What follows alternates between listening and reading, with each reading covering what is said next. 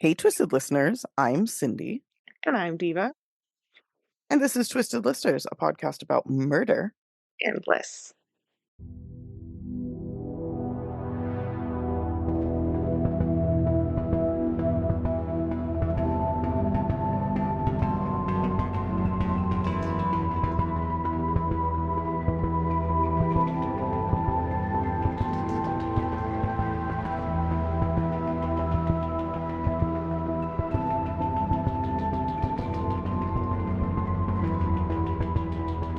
And it's Saturday, and it's 7:30 a.m., and this is how we fucking roll. Yeah. Yeah. The worst part about this is that I've been up for 2 hours and did about 45 minutes of work. So, God, that's insane. I know. It's life right now. It's no biggie. Um, Getting up early is because my cat dances on my head until I feed him. So, that's nice. He starts about 5:30 and then finally I'll feed him at like 6 and then dude, do your cats do this? He makes me watch him eat and like sometimes he wants me to like pet him while he eats. Your cat is special. Um, I've never had a cat do that. He'll like come get me. He'll like if I leave while he's That's eating, he'll like come hilarious. get me. No, but cats all have their own special things like that are super neurotic like that. Yeah. Yeah. Yeah, no, that's really It's cute. weird. Actually, my It's cats, cute. I've only ever had cats that do not want to be petted while they're eating because they're like, I'm having a moment. They're like, give me my space. Yeah, me and my food are having a moment. He Hmm. doesn't he doesn't do it in the afternoon. So like when I feed him at night, but I also think it's because like everybody's home and up, so we're all like constantly around. In the morning, it's just like me and him. It's dark, it's quiet, and he just needs a friend, I guess. I don't know. It's so strange. Anyway, that was my morning. So, guys, we are doing whatever we can with our schedules to get you all this content. I hope we're Oh, doing all right. hoping it's appreciated. I'm like, you better Yeah. be grateful. You better appreciate this. Yeah, no, same, same. My baby wouldn't go to sleep until midnight for some reason. He's forgotten Oh, how to like sleep, and oh. just going through a little like moment, hopefully just a few days of like I'm confused about how to exist. Yeah, I mean, I have those days or those weeks where I'm like, Yeah. what am I doing? Who am I? What is He's life? having an existential crisis, I think. So Yeah, hopefully it comes back around. Also, it happens to us all.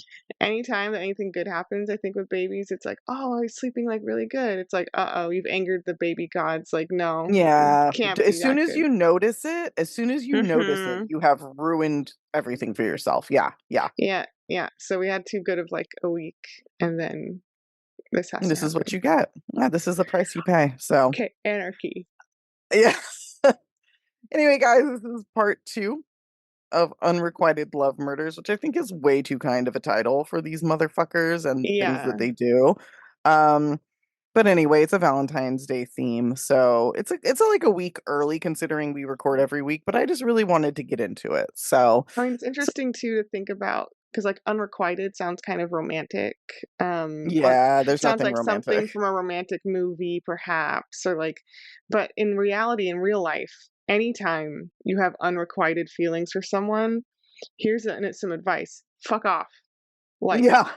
don't express them. Like if you would express your feelings and the other person has been like, I do not feel the same way, right? Then like That's kindly it. fuck off. Like there is Yeah. nothing else to do about it. It's not romantic. I think people have it in their heads that you can still pursue someone and get this weird like romantic movie like vision of that, but it's like if your feelings have not been reciprocated, eat Leave shit. it alone. I mean, Like, so many books, so many movies, they mhm. romanticize obsession. They romanticize like Yeah. low key stalking, and then they wonder why our society treats women like this. Like, what was that fucking movie with um oh my God, the guy from Ozark, Jason, what is his name? Jason Bateman? Jason Bateman is like my best friend or something. It's like a movie about a best friend. He basically like he impregnates her with his sperm, like against her Ew, will. ew. And then she falls in love with him. I know I've talked about this on the podcast before Oh because my that to god. me is the most blatant in a decades long tradition of movies that exploit and disregard and straight up allow for romantic quote unquote rape of women And Mhm. and and everybody's like, "It's so cute, it's such a great Dude, movie," and I'm like, "This is what?" fucking Like, Pepe Le Pew the skunk, man, like, since then, they've been romanticizing the, like, pursuit of women who first say no, and you like, "Oh, if they say no, keep trying," kind of thing, you know? yeah, keep doing it, it's romantic, like, you're It's a cute. lover. Yeah, it's No, not, it's guys. not cute, don't do it, and, yeah, people just feel entitled to, like, women, even I've had to, like, yell at a certain member of my family, I'll tell you afterwards, who, like, felt entitled to, like, have, like, 12 conversations with someone they broke up with, and I'm like, "Actually, no, if she doesn't wanna talk to you, leave her the fuck alone." Like, Yeah, that's the end of the conversation, is like, "You guys she are done, move on." It's not her resp like, and it she doesn't was owe you anything. exactly, yeah, to break up, they don't owe you anything, like, if they don't wanna be with you, they don't owe you anything, like, we can End of the actually fucking women story. women can make decisions for their fucking selves, so, Yes. Well, yeah. I'm gonna jump into a story here that really kind of, illustrates what we're talking about, where society, like, and police just don't take a situation seriously, workplaces, police, etcetera, and then, we all know why we're here. So we're gonna talk about the consistent, repeated end result of this just inability for people to take these situations seriously. So I'm gonna talk about the murder of Gracie Spinks. This Mhm. happened June 18th, 2021 in Derbyshire, England, and I am saying Derbyshire because it's not Derbyshire. I'm not some, Mhm.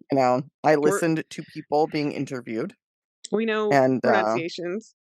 like a third of the time, but when we know them, we know them. So, we got to get our wins where we can.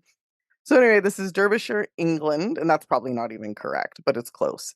And Grace is a 23-year-old. She was furloughed from her job as a lifeguard in 2020. We all remember that time. Everybody was furloughed because of COVID.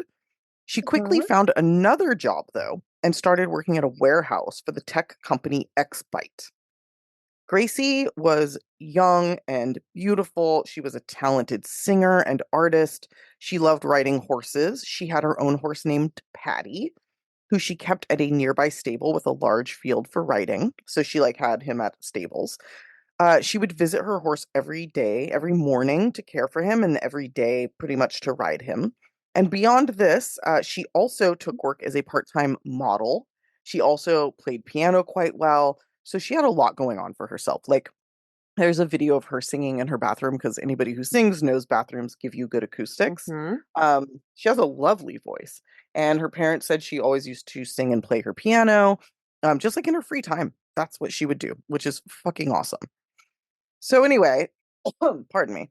Very soon after starting at X Byte, she met 35-year-old Michael Sellers. Now, I think when they met, she was 22 and he was 34. But either way, we're already seeing, there's a 12-year difference, which, as we know, is not always a problem, but he was also her supervisor. Oh, So, that's tough. Yeah. yeah, already a little bit of a power imbalance. Anyway, the two hit it off. Oh, pardon me. They're messaging at work. They start meeting up for walks at lunch. They also hang out after work. But it sounds like it's innocent. Like they're friends. They are not dating, right? Like they are Mhm. just friends. And in Gracie's mind, that's all it is. Now, in early December 2020, after they'd known each other for about a year, a little bit less, Gracie was home self isolating as she had been exposed to COVID. Michael came by supposedly to pick something up, but Gracie ended up inviting him in. He probably told her, like, oh, I'm not worried about it. You don't have COVID yet. All the shit that we all said when we hung out with each other when we weren't supposed to. So he made moves on her, eventually climbing on top of her and kissing her. She Ugh. asked that yeah. She asked that he stop, and he did, and he left. And now listen, on its face, like the climbing on top of her is not fucking cool. They had been hanging out for a long time. If he was wanted to make a move, there's nothing wrong with that because obviously they were hitting it off, whatever. But the second she said stop, he should have stopped. He should never have climbed on top of her because obviously if she's not into it, you shouldn't be getting to that point. You know what I mean? You're right. Like if you kiss somebody and they say stop, sense that you would be climbing on top of them. So already I don't love this, you know? Yeah. Um, but he did stop and he did leave. But he was not at all happy with being rejected. Tale as old as time, right? Almost immediately after this, things turned really bad between them. He started stalking Gracie at work. He was badgering her coworkers for information on her whereabouts, who she was with, what she was doing outside of work.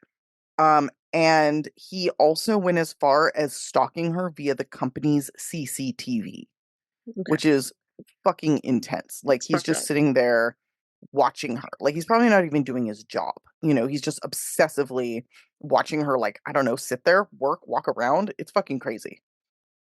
Finally, at the end of December, so it was about a month of this, she reported him to their work. And it turned out he had done this to at least 8 other women who had reported him to this company for which he still worked. Oh god. Mhm. All at So work. all at work. So she Wow. is woman victim number 9 that this company has like allowed, to report this guy before doing anything. Michael had been given warnings in all of these cases, which is fucking crazy to me. Some of these women later came forward and said they had quit their job at Expite and even moved out of their homes to avoid him because Wow. it got so intense. That's so And bad. each Yeah, and apparently with each woman it got more and more intense, which is also like a common thing for these guys. Like they'll do like a little taster of stalking on their first girlfriend. And then they get a little bit more intense. And then finally this happens. So the job kept him on. I have a feeling he was a smooth talker, and there is evidence of this. And he was also like very conventionally good looking, which I think always helps.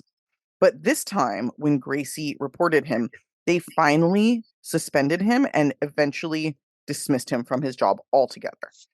Fucking finally. And of course, he appealed it, saying all of these people were lying. All of Gracie's coworkers and friends who reported him, all of the previous women, everybody's lying, and he's telling the truth, right? And then, of course, as you can guess, his being fired only made things worse for Gracie. On January 4th, 2021, Gracie found Michael waiting for her in his car outside of the stables where she kept her horse. Yeah. So she's walking up alone, right, to these stables, and she sees him just sitting there staring at her. So, yeah. He didn't get out of his car. They didn't have any interaction. I think this was more like a power move on his part. Like, I know where you are. I can fucking find you anytime, Yeah. which is fucking terrifying. Gracie was shaken, but she did brush it off. And when she returned the next day, he wasn't there. He did continue to harass her, and at the urging of her parents in early February, she called 999 to report his actions. And I listened to this report. There is a call, and what I found so frustrating about this, and I am not blaming Gracie in the slightest, because what I heard was like myself when I've had to report people or do something to advocate for myself in the past. I've been almost like apologetic about it. Like, I don't, I'm really sorry to have to call you. I'm really sorry to have to tell you this. And it's like, you're the victim, but you're Yeah. like trying to downplay it so you're not a bother. And I feel like that's such a thing that women go through. Like, Yes. you know what I mean? Like, don't bother anybody. Don't like upset anyone. Like, just Yes. I don't want to be apologize any for existing. trouble. Yeah. Yeah, Sorry.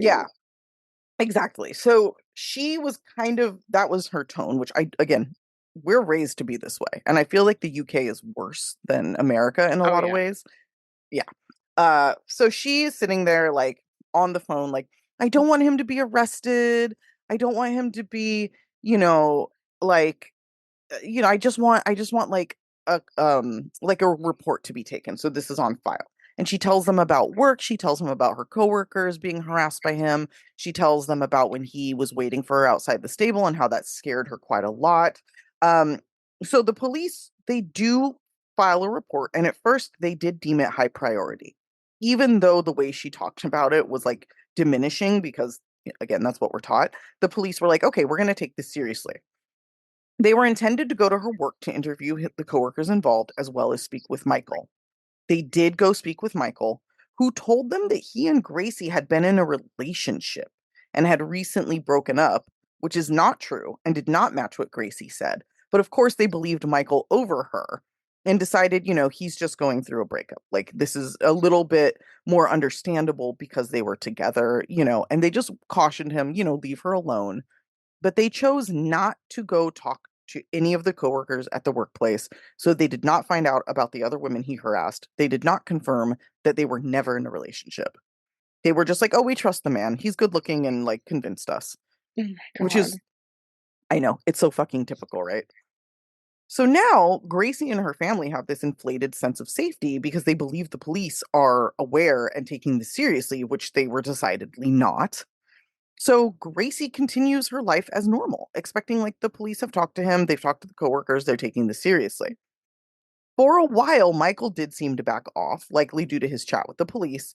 But unfortunately, we wouldn't be talking about this case if that's where it ended. And additionally, even though Michael had seemingly backed off, a woman very shortly after this time, like mid-March, found a bag of weapons nearby Gracie's stable. Just a bag, a sack. Just a Oh, bag. Well, I'm gonna tell you. okay. She reported this to police, who came and got the bag, and inside the bag, which was again directly next to Gracie's stable, Yeah. which they found after she reported him, Mhm. police found multiple knives and other sharp weapons, a note that said, "Don't lie." And for me, the most disturbing thing they found in this bag was Viagra. Ugh, it's You know, that gross. just feels especially disgusting and horrifying. It does. Like, like that when I read that, it like put a chill down my spine. So, police who know the location where the bag was found, know the history of this man stalking Gracie, decided to not connect the dots. Instead, they marked the bag as lost property, took it back to the station, and had it incinerated. Ah, So okay. that's it. I mean, it's not enough to just not do their job. They also have to destroy it. They destroyed the evidence. Yeah. So they Amazing. didn't, yeah. They did not warn Gracie. They did not talk to Michael. They just Wow. continued being worthless fucking idiots. Yeah. Yep. And a few short months later, on June 18th, 2021, a mother and daughter were visiting the stables in the morning to tend to their horses when they found Gracie's body lying on the ground covered in blood. Man. Yeah. They immediately called police and reported not only finding the body, but seeing a man fleeing the area. When police arrived, they very quickly identified the woman as Gracie and called her parents to come because, on top of everything else, they called them to the crime scene, I guess, because they're just winning at everything. They did not specify to her parents what happened to her, but they both knew. They knew before the call was even over Yeah. what had happened. Gracie had been stabbed 10 times, including one time to her neck and spine, which was the fatal blow. Police began scouring the area for Michael because even they figured it out at this point what was going on. They shut down nearby schools and called businesses to be on the lookout. But just a few hours later, and not too far away, they found this cowardly piece of shit's body, also dead in a field. And honestly, good fucking Oh. riddance. Yeah. Yeah. It's kind of always a I, bummer. Like, not like because I'm so sad he's gone, but because it's like no, wrap up justice or whatever the fuck. no, I know, but also, like, I know it's not satisfying, but also this guy is absolutely just a fucking waste of space. So Yeah. I don't Yeah. feel too No. bad about his choice. That's basically it. Her parents, who are divorced but still friendly, have basically had their lives ruined by this. Her mother, she lived with her mother still, and her mother has not touched her room, like dirty dishes, Mm, unmade bed. Like classic. she has not Yeah. touched a Completely fucking thing. fair. I think that's fair. Yeah. Oh, absolutely. And the police were put under investigation for their lack of action. Ultimately, as you can guess, nothing really came of this beyond Yeah. they The they police looked did into it and found that the police did nothing wrong. well, they did actually. They were like, "Yeah, we fucked up big time," but Okay. nobody actually got, like, punished. They Gotcha. gave an official public apology, like a televised public apology to the family. Um, and they are, like, doing better with regard to, like, how they respond to these, but none of the officers were placed on leave or not paid or otherwise, like, actually punished. But her family, like, her parents said basically what we want like, we don't want anybody to get fired. We just want you guys to do better. Like, we never want another family to go through this because, their expectation was if you find a bag of weapons, um, if you find a bag of weapons right after we report this guy, you'll tell us. Like, you'll warn us sufficiently so that we don't Yeah, just let I our think that's a daughter go to this. fair Right. expectation. Yeah. Yeah. So, if anybody else in any other position or job did their job as poorly as the police did, they would absolutely be fired. But the police were not fired. They were not hardly even reprimanded. There were five of them who failed. There were like three on the stalking team and two on the other team, and like nobody communicated, nobody did what they were supposed to do. They all blamed being overwhelmed by COVID, which like get fucked. But essentially nothing happened. So Wow. there you have it. Yeah. That's awful. Yeah. I know. But her family, they just say as long as they implement new rules, they feel a little bit better about it, I guess.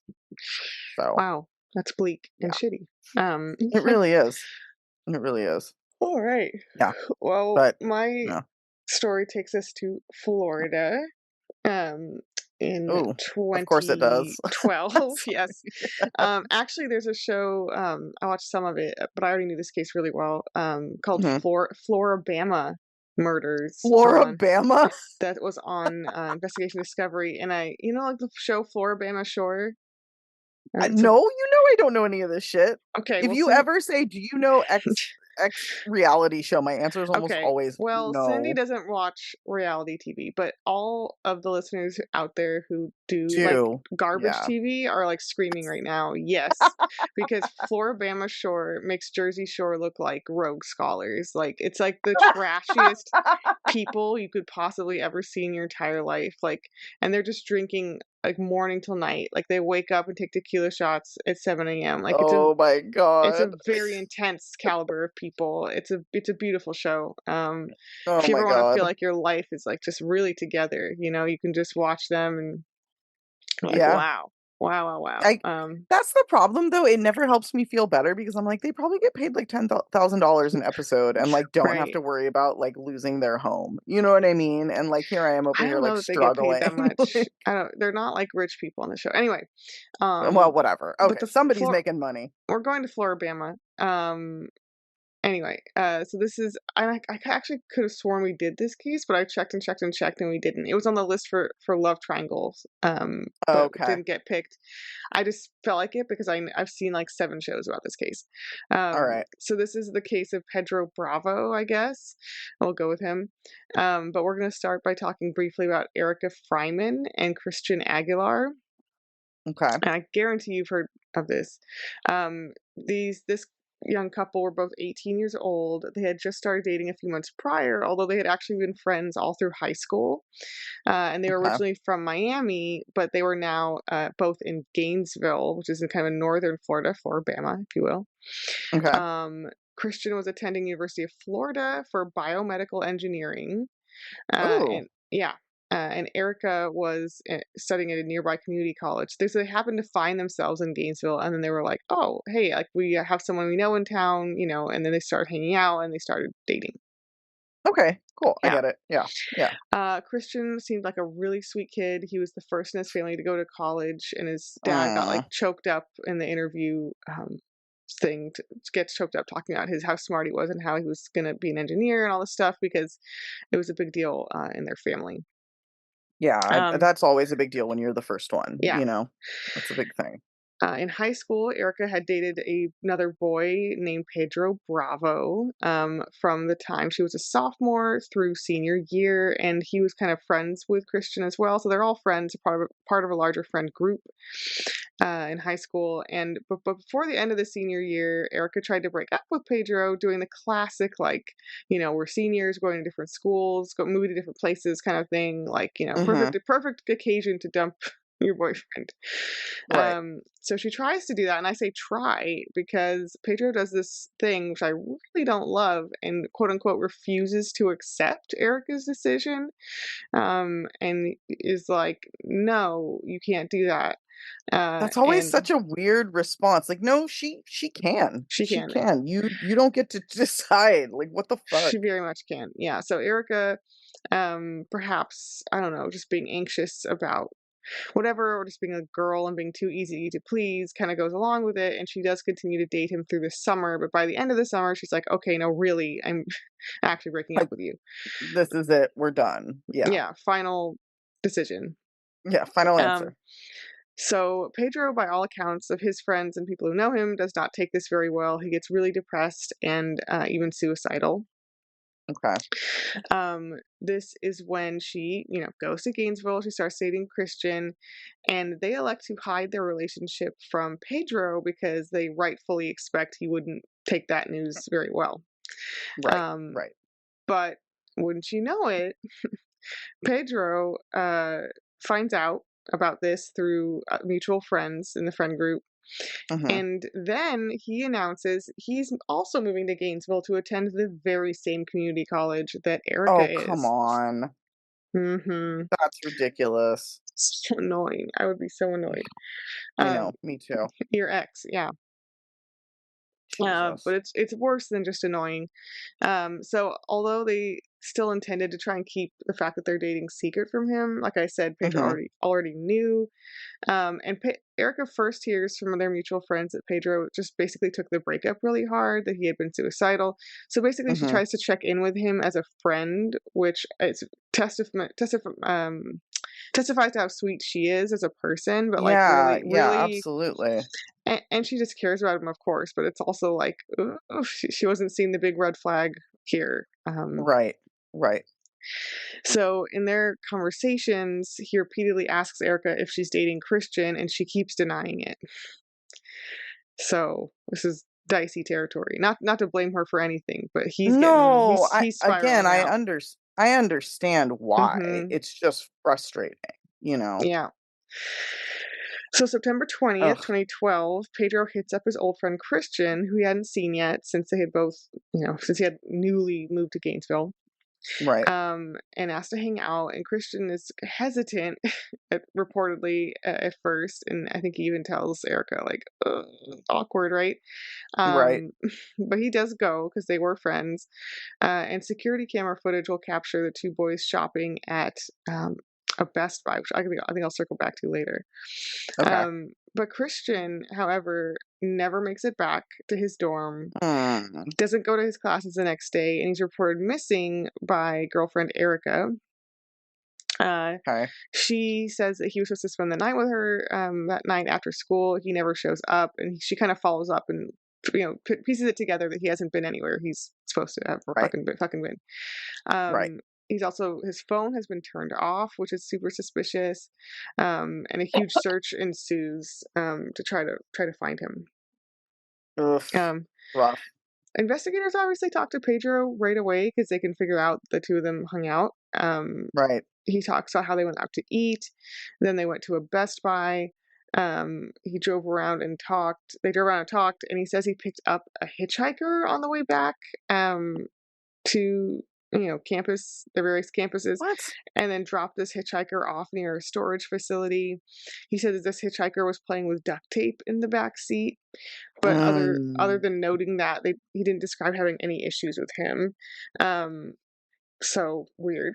Pedro says they got in an argument on the way home, and Christian asked to be let out of the car. So he dropped him off on like the side of a random highway and drove away. of course. Of course. Hmm. Of course. Mhm. I can see where this is going.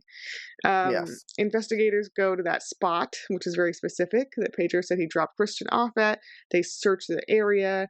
They even contemplate, like, all the ways he could have potentially gotten hurt trying to walk home. This is like a Mhm. super swampy swampland. I guess every like rural freeway in Florida is just surrounded by fucking gators, you know. Yeah. Yeah, Um, it's not like a safe fucking place to just ton be walking alone at night. Yeah, exactly. So Christian's family and friends come up from Miami and they participate in the search through all these swamps. It's very dramatic, right? For these few days. But although Pedro I've given a really specific description of the hitchhiker, they can't find this guy. Mhm. Cannot figure out who he may have been. Um, they also in the meantime here try to retrace the boys' steps. They find the camera footage, like I mentioned, from the Best Buy, where Christian Mhm. unfortunately bought a Kanye West CD, which is more appropriate in 2012, I think. Yeah. Uh, Yeah. Yeah. not today. We were so innocent then. We didn't know. Yeah, we didn't know. Although hadn't Um, he already done that weird thing with Taylor Swift? But also like I don't know. maybe I don't know. Anyway. he was like musically more of a thing then, Mhm. for sure. No, for Um, sure. okay. So after their searches obviously fail, they bring Pedro back for further questioning to follow up on everything. Like, hey, I don't think you dropped him off. Like, we're starting to question this story. Um, and after further questioning, wouldn't you know it, his story changes again. Yeah. And Shocking. he says that he was mad about him dating Erica, but and so as he got out, basically when he was dropping Christian off and just punched him in the face. Just one punch, single punch. Then gets Mm-hmm. back in the car and drives away. Um, as they investigated Pedro further, however, they also then found Christian's backpack in his room, and they found Christian's blood and vomit in Pedro's car. Vomit? Yeah, What would what is that from? I think I know, so I'll tell you later. Okay. Um, Okay. Tell you later. yeah. So Fuck, confronted with this dude. evidence, Pedro revises his story yet again. Again. He now says that when he dropped Christian off, they didn't just do the one punch deal. They actually got into a physical fight.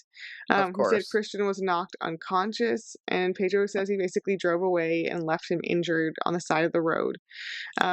So on September Okay. 24th, 4 days after Christian's initial disappearance, Pedro is arrested first just with depriving a victim of medical care, because you actually can't legally leave someone injured on the side of the road. Oh, Um, wow, I didn't know that. I mean, that's you great. Good to no, you know. can't do that. Yeah, so because he admits to that, they're like, okay, well, we got you for something. Right. In the Right. meantime, while they piece things together. And they can Good. also do searches for more evidence. They search his or go through the stuff at his house, and they find Pedro's journal, which Mhm. is very colorful. It goes into great depth about the whole timeline of how this whole time he basically knew Erica was dating Christian. He's goes on and on about his secret obsession with Erica. Again, this is hardly unrequited love. It's more of a stalkery obsession. Right. Right. Um, he writes how that he was desperate to have Christian out of the picture, how he felt betrayed, that he kind of went behind his back, quote unquote, as a friend to date Erica. He wrote about a very specific plan in depth of how to make Christian disappear and therefore win back Erica. Okay. So, Hmm. yeah, he basically just lays it all out. Oh yeah. Yeah. It's a very emo journal. There's also a lot of little sketches and doodles that are just very embarrassing for him, Right. for Pedro. Right. I Jesus, was yeah. really happy that I found some quotes for you um, Oh god. from this emo journal because I thought I can't wait to read these to Cindy. Quote, and it's perfect for Valentine's Day. Here you go. Pedro writes, "Quote: When you left, you shattered my heart into a trillion pieces. At first, Oh, at first, it hurt real bad, but real bad. real bad. But using the Banach-Tarski paradox, I rearranged these pieces into two hearts, each the same size as the first. Now I am a Time Lord, and I am way out of your league." Okay, do not besmirch Doctor Who. You cannot. You're not allowed to talk about Doctor Who. You are not a Time Lord. Get out of here. My dorks know. My dorks know. Don't call yourself a fucking Time Lord. You're just a fucking creep. Oh my Yeah. god, that makes me mad. I mean, Uh, this whole thing does, but also like, come he on, also guy. wrote, quote, "Even after all you have put me through, all the heartbreak and questioning and long days, I still love you more than anything itself." Um, Ugh. okay. First of all, I'm uh, like, ugh. First There's of no. all, she doesn't put you through shit. She's just out there living her life and you're putting yourself through some shit. Again, if you have unrequited feelings, suck an egg. Like deal with your own shit. Like I just don't understand like why these guys were all hanging out though. mm, Maybe he was like, was she not not at this aware? time. Not at this time. So they had gone away to school. So they had not been hanging out as a group of three at all. Okay. Okay. That was back in high school. But then but they ended up together that night, so it's like, you know.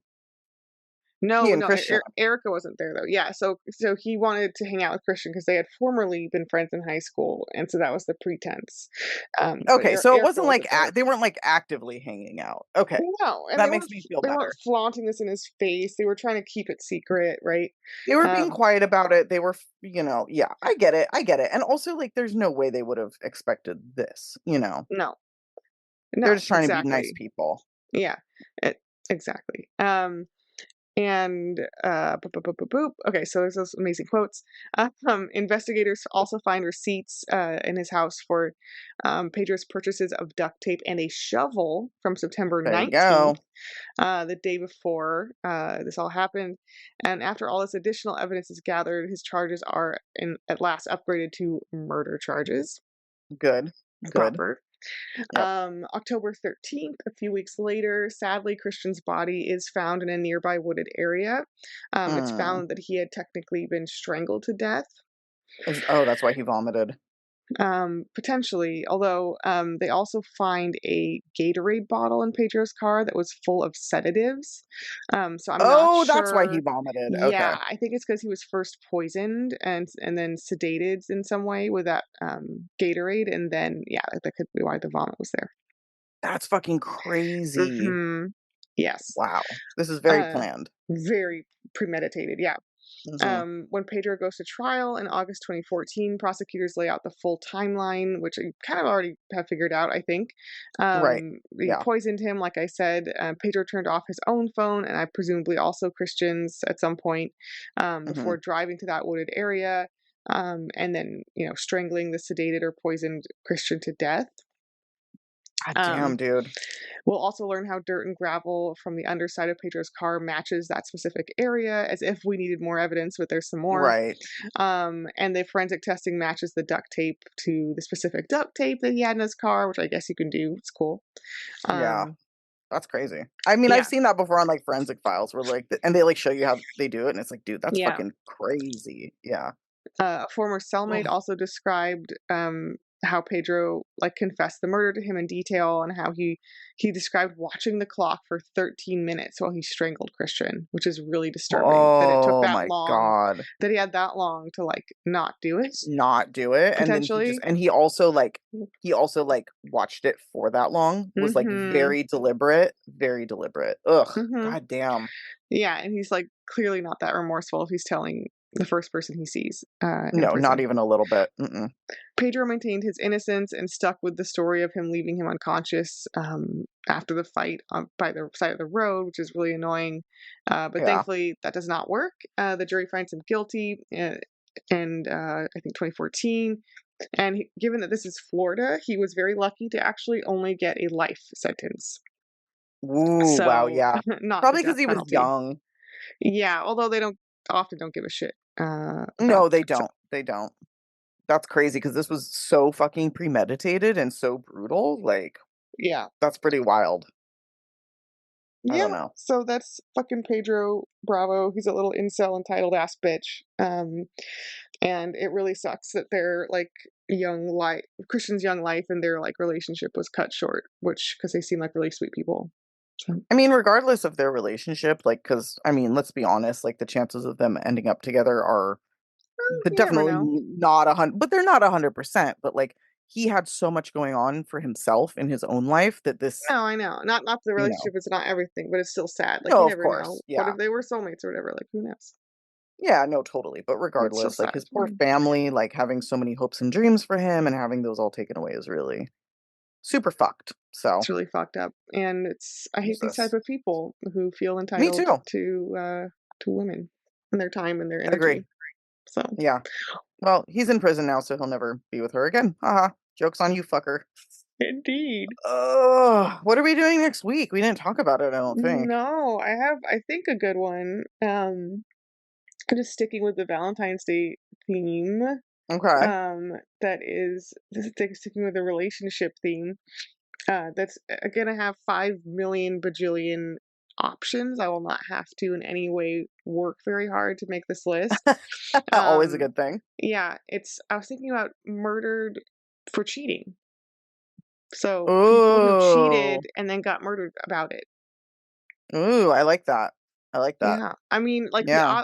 it's kind of a specific angle because you could also do, like, murdering cheaters, like, that's more common, like, the husband who has, like, the, The extramarital mistress affair. and then Yeah, knocks yeah, out the yeah. wife to be with the mistress, but, like, I wanna do the reverse of, like, the wife finds that mistress and kills her. Right. That Got it. version. Okay. Or like the husband kills the wife when he finds out about the Yes. yeah.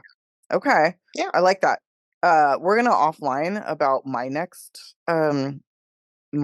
topic because there is a case that overlaps between yours and mine, and that's interesting because that case is what made me think of my next topic. So I want to talk to you about it. But anyway, all of you listening, just forget I said that. You'll know what my topic is after the next week. But thanks everybody for listening. Hope you all are enjoying these love themed, hate themed topics. Please like, rate, review. Tell your friends, tell your family, follow us on Instagram, check us out on Patreon. Dare I say we're recording one tomorrow. Yes. Yeah, we love you all. Thank you all, and until probably in just a few days, Stay. off our Yes. lists. See ya. Ciao. Bye.